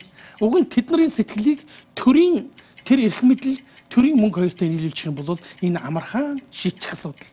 Энэ бол маш амархан шийдэж болох асуудал. Ягаад гэвэл би ч хүүхэдтэй, таач хүүхэдтэй одоо хөрөнгөтэйч нийтийн хүү таач хүүхэдтэй нэг өдөр нэг хүүхдэд тусласнараа та буюу үлдчих юм биш. Ерөөсөө Монголын сайн сайхнууд энэ хүүхдийг бүгдийг адилхан төвшөнд нийгмийн бүтээгдэхүүн болгож л явмаар. Энд л сэтгэл дутж байна. За мэдрэмж дутж байна. За баярлалаа. Тэгэхээр энэ хүүхдийн мөнгө яг хүүхдтэй хүрж ийн гэдгийг бол яг манад дээр бол судалгаа байхгүй. Гэхдээ оюутны 70,000 дээр бол одоо нийгэмд гардаг оюутнуудад мөнгө өгж яадын гэдэг тийм өнгөц дүгнэлт хийгээд үзэхээр бас бага орлоготой айлын оюутнууд чинь тэргүүрээ сургалтын төлбөрөө хийдэг, амьдэрдэг гэдгийг бол бид нэр мэдээ сурвалжлага хийж үзэж өөрсдийнхөө хэмжээнд бол бага зэрэг нотолсон л тоо. Тэгэхээр цэвэн дарга яг энэ хүүхдийн мөнгө ингээд хасчихж байгаа дээр би бол хүүхдэд очдог байх л гэдэг тийм итгэл байгаад байна л та. Тэгэхээр яг энэ дээр танахаас санал авсан юм байд юм уу? Та энэ одоо энэ бол бодит төсвөөс очиж байгаа мөнгийг хасж штэ тий. За энэ толон гэдэг хөтөлбөр нь одоогоор яг манад нэг юм хөтөлбөр хийхээр англи зүгээр лид гэдэг хотын хүүхдийн байгууллагын туршлагыг үзчихсэн. Тэгэхээр хөтөлбөр одоо манайхаас өөр газар хийхээр нэг ганц давуу тал нь яг ийм хүүхдийг авчираад ийм боловсрал болгоод ингэж эргэж нийгэмшүүлээд за эргээд ажлын байраар нь ингэж хангаад гэдэг нэг ийм бүтэн тойрог харагдаад байдаг. Манайд болохоор яг арай баг 20,000 төгрөгч гэдэг юм уу те. Энэ бол хоёр намын анх сонгуульд ялах гэж гаргаж ирсэн хүүхдийн мөнгийг бол аль улс төрч амлаж, аль улс төрөгч амлаж ясныг бол аюусаа мэдж байгаа. Гэхдээ энийг хүүхэд рүүгээ чиглэсэн сайн бодлого байсан гэж үе үеийн одоо нэг эдийн засаг судлаачид хүртэл хийлдэг. Яг үл бид нар нийгэмдээ хөлөө олог байгаа нэг хаяад явдаг нийгэм цогцлооно гэж одоо парламентын харьцал сонгоогүй гэж ойлгож. Тэгэхээр та одоо яг өчигдөр гарсан энэ шийдвэрийг хүүхдийн байгууллагын хувьд хүүхдийн мөнгө 60% хүрж байгаа нь энэ хүмүүсийн амьдрал хүүхдэд очдог уу? Та юу гэж бодож байна? Бямдуур даргатай санал нэг байна. Би ер нь санал нэг байна. Ягаад бол 2 жилийн өмнө хууль зүйн дотоод хэргийн яамны захиалгаар хүүхдийн эрхийн сурвалж судалгааны хүрээлэн бид нар нэг хүүхдийн асуудлаар эрсдэл нөхцөлд байгаа хүүхдийн асуудлаар гэр оронгүй тэгээд хөдөлмөр эрхэлж байгаа сургууль завсарсан хүүхдийн судалгаа хийсэн. Тэгээд тэр айлууд гэдэг бол ямар хөө орчин байна гэхээр тэр гурвыг ингээ харах тазрал нөгөө л ядууралтай гэр бүл нь оногдоод байгаа байхгүй орон гэргүй ажилгүй хүүхдийн сургуульд. Тэгээд тэр 20,000 бол ерөөсөн тэр ээж аавынх нь амжиргааны хэрэгсэл болсон юм шиг харагдчихсэн. Энээс харах юм бол үнэхээр хүүхдтэй хүрдгийн болоо да гэсэн эргэлзээ төрж исэн. Гэхдээ төр өөрөө үндсэн хуулинд гэр бүл нялхас төрийн хамгаалтанд байна гэсэн учраас миний бодлоор бол төр үл юу хийх вэ гэхдээ зэрэг энэ халамжийн асуудлаасаа илүү хамгааллын асуудлаа төлхөө хийгээсэн л гэж би бол бодож байгаа. Нэгдүгээрт. Хоёрдугаарт олон улсын хандлагаар бол ерөөсөн хүүхдийн ядуурлын хэмжээсийг өөрөөр хардаг болсон шүү дээ. Юу вэ нөхдөд зэрэг зөвхөн эдийн засгийн талаас нь харах юм болцсон. Сая нэгдсэн үндэсний байгууллагын хүүхдийн сонгоос бол хүүхдийн ядуурлын хэмжээг бол ерөөсөн хүүхдэд дутагдаж гачигдж байгаа тэр байдлаар нь хийдэг болцсон. Анхаарал боловсрол. Тий, ерөөсөн бүх юмд анхаарал боловсрол тэгш эрүүл мэнд ингээд бүх байдлаар нь тэр ус нь ямар байгаа юм. Тийм ууж байгаа ус нь ямар байгаа юм. Ямар хөрш шорондор байгаа юм. Тэр гачигдж байгаа тэднээс ерөөсөн тогтвортой хөгжилтч гэсэн наадах чинь ингээд олцсон байгаа шүү дээ. Тийм ээ. Ингээд харах юм бол ерөөсөн бид тэр халамжийн сэтгэлгээнээс гарч ийн хамгааллын асуудлаа өөрөөр харах болсон цаг юм уу даа л гэж ингэж харж байгаа. За баярлалаа. Тэгэхээр сая бямд орж байгаа хэллэлд иргэний нийгмийн байгууллагуудад бол сэтгэл байна. Хүүхдийн төлөө ажиллаж байгаа төрөмс байгууллагуудыг ямар мундаг ажил хийдгийг бол манай үзэгчд бол мэдчихэж байгаа бох тий. Одоо маш олон аянгууд явдаг. За Facebook дээр өвдцэн хүүхд, за хүчирхийлэлд өртсөн хүүхүүд гээд иргэд заримдаа зохион байгуулалтанд ордог. Энд аав нь одоо ингээд гэрт нь уяад орхичод байна гээд одоо ээжүүдийн групп яаж хөдөлж ирснийг бид нэр мэдчихэж байгаа. Өөр хүн өргөд авцсан байх жишээтэй тий. Тэгэхээр сайн хэлдэг одоо лантун тохиоч юм уу сайн ирээдүйн төлөө төрөмс байгууллагууд төсөв дээрээс мөнгө авах ямар боломж та нарт байна. За Солонгогийн хувьд бол одоо энэ төрийн агентлагт дээр бас танах байрлаж байгаа юм байна шүү дээ. Тэгэхээр төсвөөс ингээд мөнгө хүсээд бид нар яг ийм ажил хийж байгаа маа. Манай санхүүгийн тайлангийн аудиторч нь энэ байна. Хийж ирсэн түүхэн энэ байна. Тэгээд төрийн байгууллагаас сэтгэл гарахгүй бол бид нар хийе. Бид нар төсөв дээр мөнгө тавиад үг гэдэг. Одоо энэ хүүхдийн мөнгө асж байгаа дээр эмэгтэй гişүүд өмнө нь бүлэгтэй байсан. Одоо ардын намын юм уу эмэгтэй гişүүд ямар байр суурилэр хийлгэх нь бол тодорхойгүй юм чуулган тарцсан байгаа болохоор тэгэхээр яг ингэж хөөцөлдөж үзэжсэн нь татвар төлөгчийн мөнгөөрөө хүүхдээ хамгаалъя л да. Ягаад болдоггүй энэ ажлыг хийж байгаа юм чинь. Солонгоос. Тэгэхээр манай байгууллагын хувьд ер нь бол нийслэлийн хэмжээнд байгаа хараа нэлт хүүхдүүдтэй ингэж явсан гэдгсэн тий. Тэгээ энэ хугацаанд бол бид нар зөвхөн сайн дурын оюутан залуучууд, сайн дурын багийнхан тэ нэгдэл энэ ажлыг хийсэн. Энэ дээр болохоор төрийн зүгээс ямар нэгэн одоо бид маш тодорхой 10 төгрөгний ч оролцоо байгаагүй. Тэгээд төрөөс өнгөрсөн хугацаанд ярьсаар агаад өнөөдөр алтан сүхт аргаад үнэхээр баярлж байгаа. Яг тэгэхээр бид нарыг урдны 2 дараа дээр бид нар орж исэн. Маш өрөвдөлтөө, маш инээдтэй хариултуудыг биднэрт хэлж исэн. Тэрнээс болж бид нар яах юм? Энд хараа нэлтгүй удамжинд яваа хүүхдүүдийг хараад энэний төлөө яваад тэр халбогдох хийх ёстой хүмүүстээр нь очдөг. Нөгөө хүмүүс нь хүлээж авдаггүй. Урдаас маш инээдтэй хариулт. Удамжинд хүүхдийг яах вэ гэсэн чинь наадахнаас нэг хідэн гайгүй байгаа хүүхдүүдийг ингээ манай тэр тусгай зөвсөлбөр рүү ингээд шилжүүлээд энэ юу ярьж байгаа вэ? Энэ мэрэгчлэн дарга хүн тэнд тим юм яриа сууж явах ёстой юу? Мөн үү? Тэ?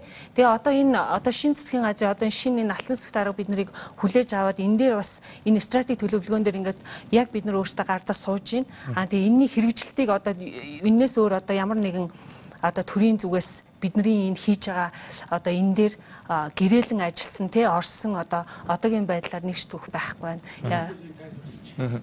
Социализмын үед хойлонд байсан юм. 93 он засгийн газрын хуулийг одоо батлахад би бас тэнд ажлын хэсэгт нь орж яг оруулс одоо ч байж байгаа засгийн газрын хууль нэг юм байд. Төрийн зарим үүргийг төрийн бус байгууллагаар гүйцэтгүүлэх гэж. За хүний эрхийн үндэсний комиссд ирсэн цагаас эхлээд би олон засгийн газар тандсан. Гэхдээ эдгээр чинь үнэхээр юм хийж байна. Эднэрээ дамжуулаад эднэрт мөнгө өгөөд гэрээ хийгээд ингээд ачлуулаач гэхдээ зэрэг октоор хоосон биш. Ор хоосон биш. Тэгтээ бас цаанаа ноото энэ. Тэг энийг л хийх хэрэгтэй. Ерөөсөө энэ хуулийн заалтыг л хэрэгжүүлэх хэрэгтэй байхгүй юу? Чадахгүй бол нэг жил ажиллуулаад одоо энэ залуучуудаар нэг жил ажиллуулаад мөнгө өг. Ажиллавал болж байгаа бол дахиад дараа ажил нь өгөөч дээ. Энэ бол хуультай ойлголт. Тэгэхээр гэрээлийн гүйцэтгэх байгаа. Хуулинд байгаа төр зарим чиг үүргийг ганцхлангийн одоо яг энэ арга замыг сонгож үзчихсэн үү? Тийм. Бид нар ч одоо хинээдтэй шүү дээ. Энэ баян шөнийн газрыг худалдаж авч байгаа шүү дээ. Авсан шүү дээ, тий. Тэгэхээр уулын чинь ингээд төрд хамгийн дутагдaltaй энэ хамгаалах байр болоод цэцэрлэгийг барихад одоо худалдаж авах нь логикийн үед ер нь зөв буруу юу тий. Тэгээ зөндөө олон ингээд таньдаг мэддэг гээл явчих үзлээ, гуйж үзлээ, ингээд янз бүрийн албан бичиг энэ төр өгөөч үзлээ. Ерөөсөө тэр болдгоо юм байна. Тэгээд ер нь бол тэ ханууд мөргсөн. Зүгээр сая Бямдаш дарга хэлж байгаа тэр төрийн зарим үргийг төрийн бас байгууллагаар одоо гэрээлэн гүйцэтгүүлэх гэдэг энүүний дагуу Монгол төрийн бас байгууллагын хуурамч төрийн бас байгууллагын тав борооны дараах мөнх шиг хэдэн мянгаараа үүссэн. Тэгээ төрийн албанд олон жил ялангуяа нийгмийн хамгааллын яам олон жил ажилласан хүмүүс тэтгэврт гараад өөрсдөө төрийн бас байгууллага байгуулж суугаад буцаад төрийн байгууллагаас тэр мөнгөө татаад авчихсан. Нэг бол хамаатныхаа нэрээр төрийн бас байгууллага байгуулад тийшээгээ гэрээлж хийгээд буцаад кармаач. Одоо Монголд 24 мянган гаруй төрийн бас байгууллага бүтээлтэй байна. 60 20 гээд 3 янз үе 80 мянга 60 мянга 20 мянга гэдэг. Тэгээд ингээд бид нар чинь нөгөө хүмүүс чинь насаараа төрд ажиллаад төрийн мөнгө хаашаа яаж гардыг мэднэ. Бид нар очиод хизээш тэр юмд материалаа өгөөд тэр хүмүүсээс илүү тэр юмыг бичиж чадахгүй. Чадлаач гэсэн шудраг буцаа явчихна. Ингээд тэр юм чинь цааш яваад. Тэгэхээр одоо жишээ нь хүүхд хамгааллын юм дээр л ихэд бид нар хүүхд хамгааллын газрын одоо стратегийн тэр бодлого төлөвлөлтөнд ажиллаж байгаатай уулзсан. Тэгэхэд бол сангийн яамнаас яг хамгаалах үйлчлэгээ хүүхдийн нэг кейсээр нь бүр салгаад төсвийг тавьсан бид одоо сангийн яам дээр. Тэгэхээр бид нар бол одоо тэрийг бас авах боломжууд шинэ байгаа байхгүй. Гэхдээ ер нь бол авах хэрэгтэй баг. Тэгээд дээрэс нь хүүхд харах үйлчлэгээгээд хийгээд одоо хувьсах зардлыг нөгнө гэсэн баахан хуурамч хүүхд харах үйлчлэгээ гарч ирээд хідэн хамаатныхаа хүүхдүүдийг суглуулад тэг ерөөсөө л ингээд явсаар гад надад чи энэ төрөний минь сэтгэлтэй ингээд ерөөс тэгээд энэ улаан цан тэр үнэхээр өсөж өгч байгаа хүүхдүүдийн мөнгийг нь ловирдаад дундаас нь өөрийнхөө хүүхдэд хоол авч өгөөд өөрөө баяжаад байна гэдэг чинь хамгийн амар харгас гэмт хэрэг байхгүй. Энэ хүмүүс яагаад шорон цохгүй вэ? Тэр нэм чамаг тэр газар зарж яана гэж штт. Бүр ингээд нэг хардаад. За энэ залуу жишээ нэг юм юу барьж харагдаач. Ямар ловч ирж энэ дээр хийж байгаа бол бүр ийм сэтгэлгээ нийгэмд суулгацсан байхгүй. Тэгээд тэрнийг нь ашигладаг. Төрийн эрх мэдлийг одоо үнэлнэ гэдэг л аюулаар Монголд. Тэр манайх Америкийн нэгдсэн улсын тэр Виржиниад төрийн бус байгууллагыг байгуулад Америкт ажил хийж байгаа монголчууд тэр очиж одоо тэр хүмүүсийн нэг өдөрт $1 нэг хүүхдэд гэдэг хөтөлбөр үүсгээд тэр төрийн бус байгууллагын данстай нөгөө хүмүүсийг холбоод тэгэнгүүт өгсөн хандвих нь одоо $2 буцаагаад өгч тийм татвараас шийдэлээд тэрээ сайн үлсийн аянд мөнгө өгсөн бол жишээ нь Америкт бол тийм ингээд тэр Америкт байгаа монголчуудынхаа одоо хүчээр ичидтэй ахыг гэдэг хөтөлбөр үүсгээд одоо сарын хувьсах зардлыг тэндээс 140 хүний одоо юугаар өдөр болгоны $1 тийм юугаар 5 жилээр нь одоо зохицуулаад ингэ явж байгаа. Тэгэхээр яг ерөөсөө л яг бид нар залуу хүмүүстэй очиргүй ингээд төрд гомдоол төр болохгүй байгаа юм чинь бид нар одоо ингээд одоо байнга төрд гомдоол ингээд уруугаа суугаад хэсгүй бас нэг жоохон бүтээлт сэтгээд өөр арга зам хайгаад явна л та мэдээж. Тийм тэгэхээр мань бас нэг тэндээс сэржүүлж байна. Болохоо за хүүхд хамгааллын асуудал зөвхөн ер нь төрийн асуудал юм уу төрийн бас байгууллагын асуудал биш. Ер нь цогцоороо хамтаараа хийх асуудал гэж үзэж байгаа. За манай агентлагийн зүгээс сая яг хүүхд хамгааллын сүлжээ буюу нийт хүүхдийн асуудлаар ажилладаг төрийн бас байгууллагуудаа агентлаг үүснийхаа дараа хамт одоо урьж авчирч уулзаад бүгдээрээ нэг голын ирэг дээр гарья. Нэг л асуудлын төлөө явж байгаа учраас нэг голын ирэг дээр гарья. Асуудлаа хамтдаа яриа, асуудлаа хамтдаа шийдэ. За сая 9 сарын 1-ээс ахуулж хэрэгжиж байгаа хүүхдийн хамгааллын бол хүүхдийн эрхийн хуулийн дээр бол хүүхдийн одоо эрхийн байцаагч нь одоо төрийн захиргааных болон төрийн хүүхдийн чиглэлээр ажиллаж байгаа төрийн бас байгууллагын одоо асуудал хариуцсан хүмүүс байна гэдэг заалт байгаа. Мөн одоо юу байгаа төрийн бас байгууллагыг өөрөө бас бид нар энэ төрийн үйлчлэгийг ингээд хамтарч хийлгэхийн тулд тэр тухайн төрийн бас байгууллага өөрөө магадлал итгэмжилсэн байх хэвээр журам нь гарч ирж байна. Тэгэхээр энэ хоёр хууль маань өөрөөр дагалдах нийт 18 журамтай явж байгаа. Одоогийн байдлаар 8 батлагдчихад байгаа. Тэгэхээр энэ асуудлууд маань нэг хамгааллын асуудал маань шийдэгдэх гээд ингээд яваад байна. Дээр нь хууль эрх зүйн асуудлууд шийдэгдээд байна. Мөн одоо төрийн бас байгууллагаас гадна олон иргэд хандж байна бид нарт. Өнөөдөр иргэд тэнд нэг хүнд туслаад тэгээд дахиад тэрийг зөвхөн тэр хүндээ тусалчаад тэрнийхээ араас ингээ орхичдаг. Тэр нь бид нар одоо жишээлбэл төрийн байгууллагууд учраас тодорхой ямар нэгэн сувгаар холбогдож та ямар үйлчлэг үзүүл яав ийм энэ асуудлыг бид нар хоорондоо хамтаараа ингэж байхын тулд бид нар ийм мэдээллийн юм нэгдсэн сан бүрдүүлэлттэй ажлыг бас хэрэгжүүлж эхлэх гэж байна. Эрсдэлт нөхцөлд байгаа хүүхдүүдэд бид нар яаж илрүүлэх юм бэ? Илрүүлэхээс өмнө яаж урьдчилан сэргийлэх юм бэ гэдэг асуудлыг яг төрийн бас байгууллагуудтай хамтаар цогцоор хий. Одоо энэ иргэдтэйгээ хамтаар цогцоо хийдэг бодлогын түвшний юм стратеги бол төлөвлөгөөл хийгдээд ингээд явж байгаа юм. Сая хоёр төрийн байгууллагын төлөөллөө ярьж байгаад бас бодож ийлээ л доо. Хэрвээ төсвөөс мөнгө одоо олгоод тэр өрсөлдөх боломж нь хэрвээ хаагдмал те манай бүх муухай юм одоо ажиллаад байгаа юм бол манай төрд байдаг одоо хүн сурталч байд юм уу ашиг сонирхлын зөрчил үүсээд байгаа бол хүний эрхийн үндэсний комисс ч юм уу одоо төрийн агентлаг нь яг саяхан шиг төрийн байгууллагуудаа бүртгэлжүүлээд одоо тэр хүмүүст одоо нэг аккредитац өгүүлэх үг нь арай дээр хэрвээ танаа сайтн дээр 10 төрийн байгууллагын нэр гарчлаа гэхэд чинь одоо Вашингтоноос мөнгө усгахад ч юм уу те өөр олон улсын грантуудад одоо хандхад ч гэсэн энэ байгууллагуудад арай илүү тэр 80 мянган одоо энэ чимээтэй орчноос бол илүү ялгараад гаргаад өгчих юм болов уу гэдэг бас бодол төрж ил бол доо. Тэгэхээр одоо хүний эрхийн Монголын үндэсний комиссийн итгэмжит төрийн байгууллагууд ч гэдэг юм. Тийм. Гэхдээ тэр шалгуураа ил зарлж болно шүү дээ. Хүний эрхийн хамгаалагчийн тухай хуулийг бид нар хийлээ. Тэгээ тэр хүний эрхийн хамгаалагчийн хороо гэж байх юм. Хүний эрхийн комисс даргалаад тэгээд гадаад яамнаас нэг хүн, хууль зүйн яамнаас нэг хүн цаана 4 хүнийг одоо иргэний нийгмийн байгууллагаас төлөөд гэдэг. Хууль хийхэд ингэж чинь тэр миний сая энэ төр тоонууд гарч ирж байгаа байхгүй юу? Бид мэдж байгаа юм одоо цэвэрээс авахгүйд манайтай бид бол төрийн одоо бөө шалгарсан гэх юм уу эсвэл арай хаалгатай гэх юм уу манайхан чинь бас харддаг шүү дээ. Ийм олон төрийн бус байгууллага манай орон тооны бус зүйл дээр ажилладаг.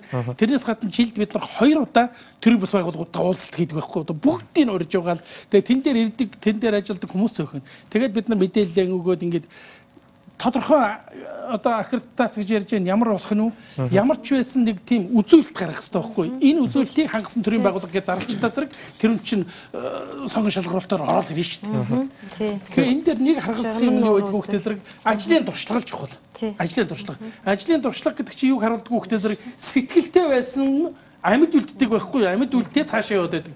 Сэтгэлгүй тэр дуур айдаг нь хизээний олон түмний дунд нэр хүндээ алдагдсан одоо бүр адгийн болцсон тэр улсууд чинь бол орж ирэхгүй. Тийм учраас тэр шалгуур зөв хийх хэрэгтэй.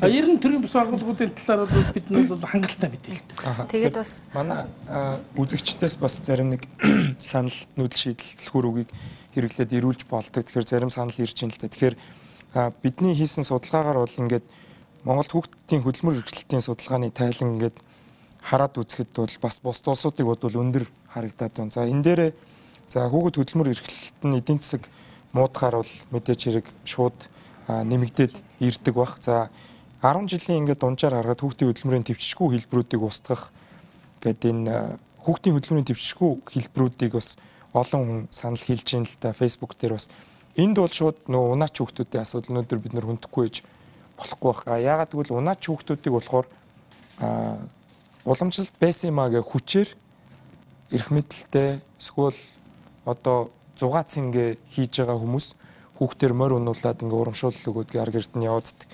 Өнгөрсөн жилд ярьжсэн цагаан сарын хилцүүлгээрэж бид улан багштай энд ингээл ярьжсэн Монгол уламжлалт байгаагүй гэд Монгол уламжлал судалж ирсэн хүмүүс нь хэлээд. Сая танах зөвлөмж хөргүүлсэн байсан. Энэ дээр одоо яагаад үр дүнд хүрэхгүй хасах одоо танах хийсэн нэг судалгааг үзсэн л дээ болор сайхан ингээ судлаач хийсэн. Хүүхдийг хас 20 градуст морин дээр тавиад ингээд 10 хэдэн км явуулахад бол том үн тэсгүй хэмжээний одоо хүүтэн арьсан дээрээ мэдэрдэг осголт явагддаг. Энэ бол шууд эмнэлгийн юу. Тэгэхээр хүүхдийн байгууллагууд ганцхан энэ дээр яагаад энэ зохион байгуулаад байгаа хүмүүсийг дийлдэг юм бэ? Эн чинь бол одоо зүгээр 90 сар бол байгаа хүүхдийг аваачаа морин дээр тавиад за бооцоотой байд юм уу бооцоогүй байд юм уу? Энэ бол одоо амар жижигхэн тэмцэл юм шүү. Нийгэм бол тэр чигээрээ энийг одоо эсэргүүцэж байгаа тийм. Хин зохион байгуулаад байгаа нэрийн тавиал буруу шагаал явах хэрэгтэй юм шиг. Тэгэхэд цэвэн дараагаас бас энэ дээр танах юу хийдэг вэ гэж сонирхмоор байна л. Манайх юу хийдгүү гэхээсээ илүү манайх хүүхд хамгааллын сүлжээ болон олон улсын байгууллагууд хамтраад юу хийх гэхээр өнөөдөр хэвлэл мэдээллийн бахурал хийсэн л дээ.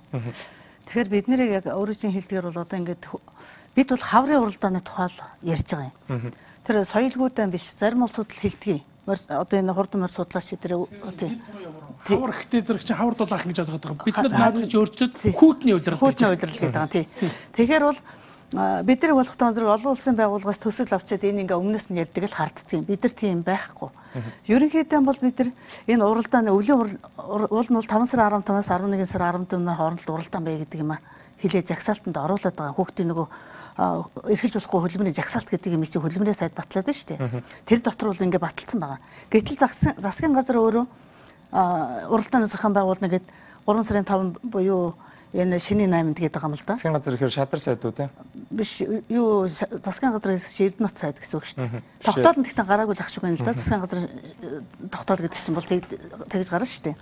Тэгэхээр одоо бол гараагүй байгаа. Тэгвэл бид яагаад хэвлэл мэдээллийн багвар хийлгээд байна нөхдөд зэрэг эдгээр чинь тулгаж байгаа хийдэг нэг тийм байгаад байгаа. Тэгэхээр бид бол хүүхдийн хамгааллыг гэж бол урьдчилан сэргийлж бид тэр хэвлэл мэдээллийн багвар хийгээд байна л да.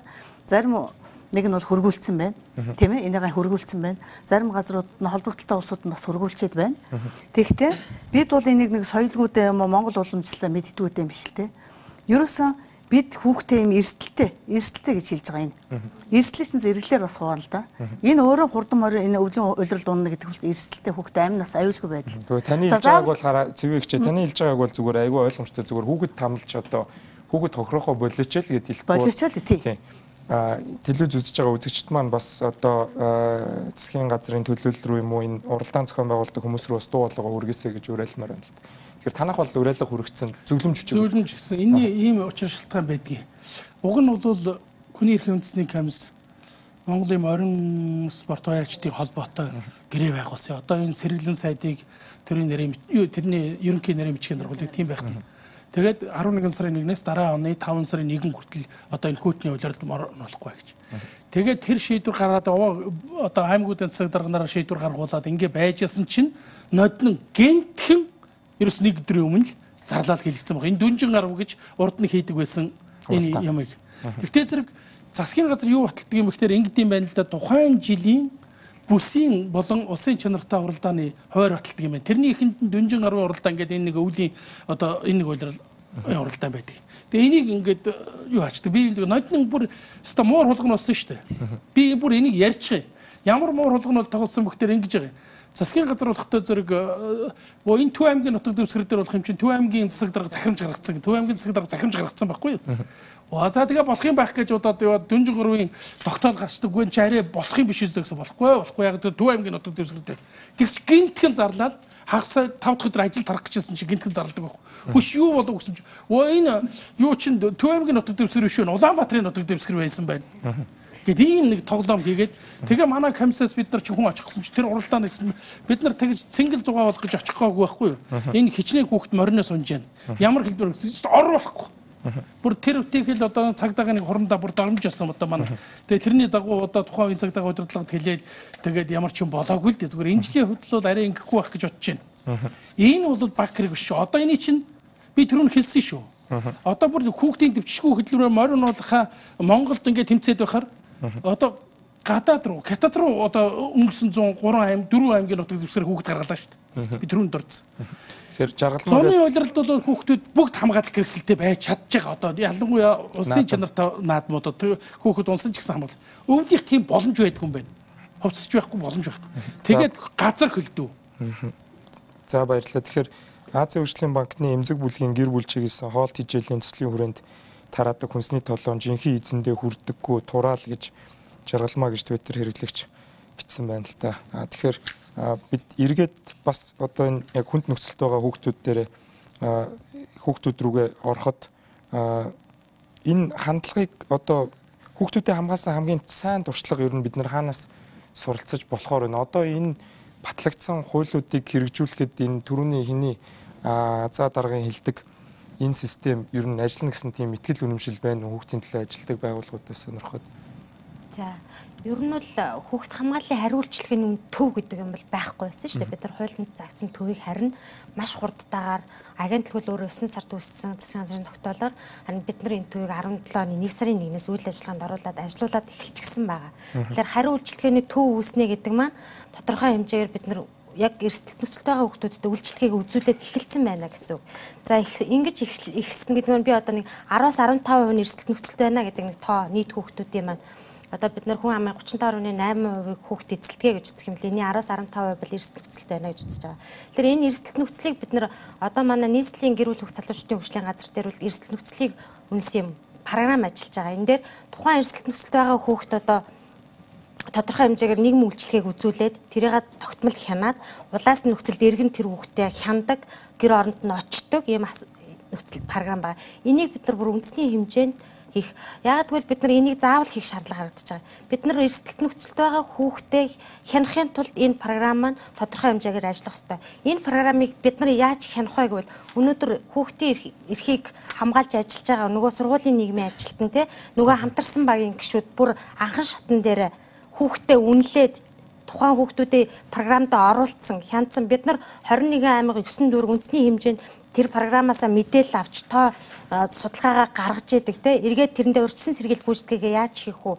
Гэр бүлийн нөхцөлд хүүхдийг одоо хамгааллыг яаж идэвхжүүлэх вэ? Тухайн гэр бүлтэй яаж ажиллах вэ? Одоо гэр бүлийн хөгжлийн газар гэдэг тусдаа бас манай агентлаг дотроо байна шүү дээ. Энэ маань тухайн эрсдэл нөхцөлд байгаа хүүхдийн гэр бүлтэй яаж ажиллах вэ? Нөгөө эрсдэлт байгаа хүүхд маань залуу болоод те нийгэм рүү ороход залуу хүн болсон хойно бас яаж ажиллах вэ гэдэг. Ингээд тухайлсан ийм програмын үйл ажиллагааг бол ерөнхийдөө эхний байдлаар шийдээд эхлүүлээд явж байгаа. Тэгэхээр бид нар эргээд энийг хэрэгжүүлэхийн тулд бид нарт бас төрийн бас байгууллагын маань оролцоо те төрийн иргэдийн дэмжлэг маш чухал хэрэгтэй. Дээр нь салбар дундын зохицуулалт хэрэгтэй. Өнөөдөр хүүхдийн асуудал бол өөрөө их том хэмжээний асуудал дээр салбар дундын зохицуулалт. Энэ дээр бид нар одоо хүний эрхийн комистэй төрийн бас байгууллагуудтайгаа дээр нь цагдаагийнхтайгаа эрүүл мэндийн газартайгаа боловсролын газартайгаа ерөөсөө нэгт холбоотой ингэж үйл ажиллагаа явуулах шаардлагатай. Болормоо дарга. Тэгэхээр энэ дээр бид нэр одоо сая танаас салангад байдлаар ярьдаг шүү дээ. Тэгэхээр хүүхд хамгааллын асуудал бол үндсэндээ манай боловсрол соёлын шинжилгээ спортын яамны үндсэн засгийн газрын чиг өөрийнх нь хувьд бол боловсролыг нөхөн олгох гэсэн үндсэн чиг үүрэгтэй явж байгаа. Албан болон албан бус бол албан боловсрол нь бол нийтдээ нийт масыг хамарж байгаад одоо бидний саяны өнөөдрийн ярианы гол сэдэв болоод байгаа хичээл сургуулиас завсарсан сургуулийн гадна байгаа эдгээр хүүхдүүдийг яаж боловсролд хамруулах вэ гэдэг энэ тогтолцоог нь өнөөдөр бид нар бүрдсэн байдаг. Яагаад тэгэхээр энэ бол албан бус боловсролын дүүцэн сургалтын хөтөлбөр гээд одоо энэ хөтөлбөрийн дагуу Монгол улсын хэмжээнд 364 төв ажиллаж байна. Энэ төвүүдэд одоо бид нар хичээлээс гадуур байгаа сургуулиас завсарсан одоо өнөөдрийн манай статистикээр 445 хүүхэд сургуульд ороод буцаад гарчихсан байна. Анх хэлсээд. Тэгээд энэ 445 хүүхдүүдийн шалтгааныг аваад үзэхдээ зэрэг амьдралын гачигдлаас 64 хүүхэд байдаг бол яг өвчний улмаас гээд үндсэндээ 180 хүүхэд байдаг энэ 400. Тэгээ яа харах вэ? Энэ дэр бол бидний саяны хэлээд байгаа тэр одоо ажил хөдөлмөр эрхлэх гээд ч юм уу ингээд гарсан хүүхэд бол байхгүй. Ингээд бүртгэгдсэн хүүхэд байдаггүй. Тэгэхээр бид нар энэ бүлэгт одоо яаж хандах ёстой юм бэ? Энэ боловсролын үйлчлэгийг албан бус боловсролын түвшинд яаж хүргэх вэ гэдэг дээр үндсэндээ бол жил болгон одоо 3 тэрбум гарн төгрөгийг бол төрөөс зарцуулж байна. Энэ маань яг оноогдсон тухайн баг дунд суур боловсролыг нөхөн олгох хөтөлбөртөө чиглэгдсэн байдаг учраас саяны энэ хүмүүсийн яриад байгаа шиг төрөөс яагаад мөнгө өгөхгүй байгаа юм бэ энэ улсуудад гэдэг асуудал маань яг тухайн тэр хөтөлбөрт хамрагдаад байгаа одоо сургууль завсарсан орхигдсон насандаа одоо сууч чадаагүй энэ хүүхдүүд рүү хандсан тэр санхүүжилт явж идэгин. Тийм болохоор бид нар санхүүжилтийн тогтолцоо нь өнөөдөр эргээд бүгдээрээ төрийн бус руу ингээд гэрээлээд ингээд гүйцэтгэх боломж байхгүй. Харин юун дээр одоо төрийн бусуудыг бид нар хамгийн их үйл ажиллагаанд энэ хүүхдийн эрх хамгааллын чиглэлээр оролцуулж байгаа нөхдөд зэрэг олон улсын байгууллагуудын хэрэгжүүлж байгаа төсөл хөтөлбөрүүд манай яамар дамжаад нэгж рүү ордог. Тийм учраас одоо нэгдсэн үндэсний байгууллагын хүүхдийн сан, нэгдсэн үндэсний байгууллагын хүн амын сангийн одоо үндсэн гол чиг өөрөг бол дандаа хүүхд хамгааллын чиглэлээр. Тийм учраас аюулгүй сургуулийг яаж бий болох вэ? Тийм ээ? Аюулгүй орчныг яаж бүрдэх вэ? Сургуулийн эрүүл ахуйн орчин саяны танаас сүүлд хэлээд байгаа тэр шин тэжээлт, хоол тэжээлийн асуудал яг яаж зохицуулах вэ гэдэг олон улсын байгууллагуудын төсөл хөтөлбөрүүдийг яг үндсэндээ энэ лөө хандуулж өгдөг. За өнгөрсөн 4 жилийн хувьд бол нэгдсэн үндэсний байгууллагын хүн амын сангаас бол яг өсвөр үе залуучуудын тэр нөхөн үржихэн эрүүл мэндийн чиглэлээр маш их гол ажлуудыг нэлээд хийсэн. Яг энэтэй уялдаад манай яамны үндсэн чиглэл бол эрүүл мэндийн олимпиадыг ерөнхий боловсролын сургуулийн баг дунд ахлахангийн бүх маасыг хамруулан 4 жил дараалан зохион байгуулсан. Нөхөн үржихэн эрүүл мэнд. Тэгэхээр энэ асуудал маань маш их одоо шаардлагатай байна, чухал байна гэдгээ бол гарч ирсэн. Тэр хэмжээгээр нь бид нар эрүүл мэндийг дэмжигч байгууллага гэдэг асуудал зайлшгүй чухал юм аа. Тэгэхээр зөвхөн сургууль цэцэрлэг эрүүл мэндийг дэмжигч гэдэг утгаараа биш.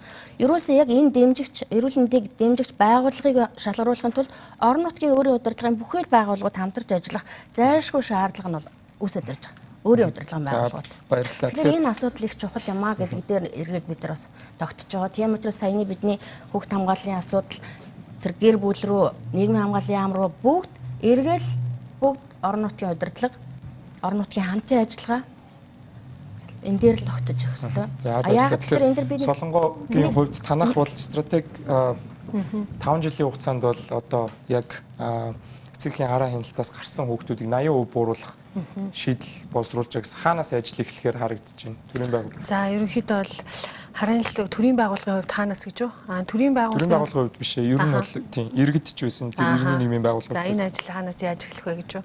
За энэ ажлын хүрээнд болохоор юу яаж хийх вэ гэхээр бид нар яагаад хараан илтгүү гудамжинд байгаа 100 хүүхэдтэй бид нар насан туршийн боловсрол олгож чадаагүй вэ? Тэг яагаад бид нар өнөөдөр 100 хүүхэдтэй гудамжаар иймээс ахуулаад хүүхд төрүүлээд хүүхдээ аваад ийм явах хүртэл бид нар хамгаалж чадаагүй вэ? Тэг өнгөрсөн хугацаанд одоо засгийн газар нийслэлийн засаг даргын мөрийн хөтөлбөр эднэрт дандаа хүүхд хамгааллын асуудал дурддагдсан мөртлөө зорилт бүлэгдээ хүрдэггүй.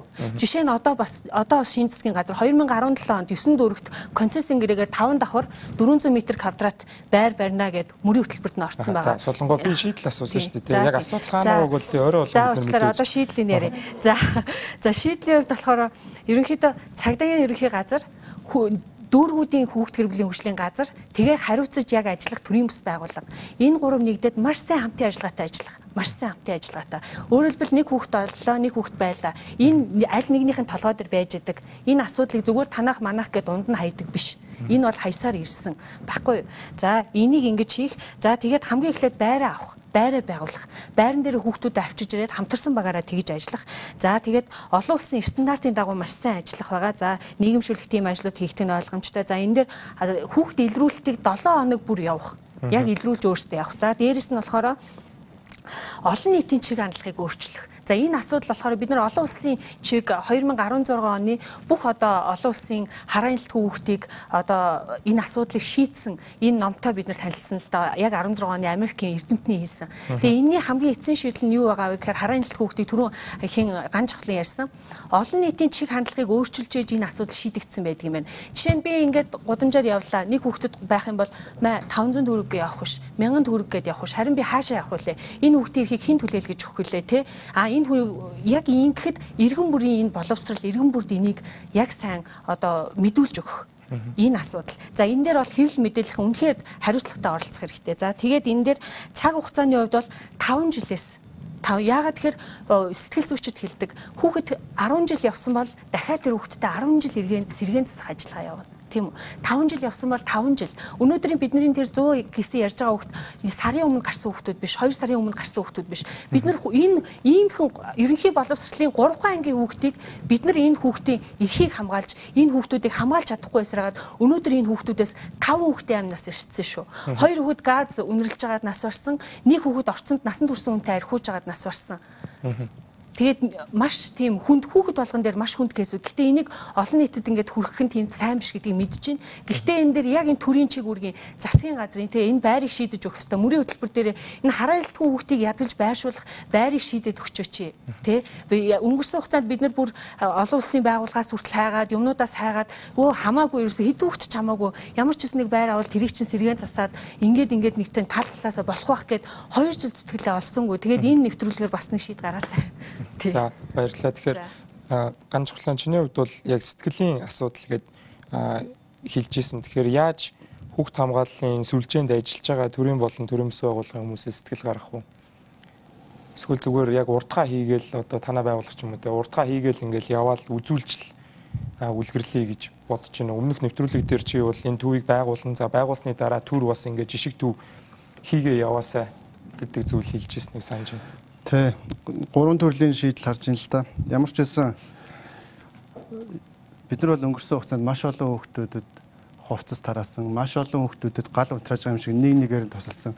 Маш олон хүүхдүүдэд бэлэг тараасан. Тэр хүүхдүүдийн амьдрал өөрчлөгдөөгүй.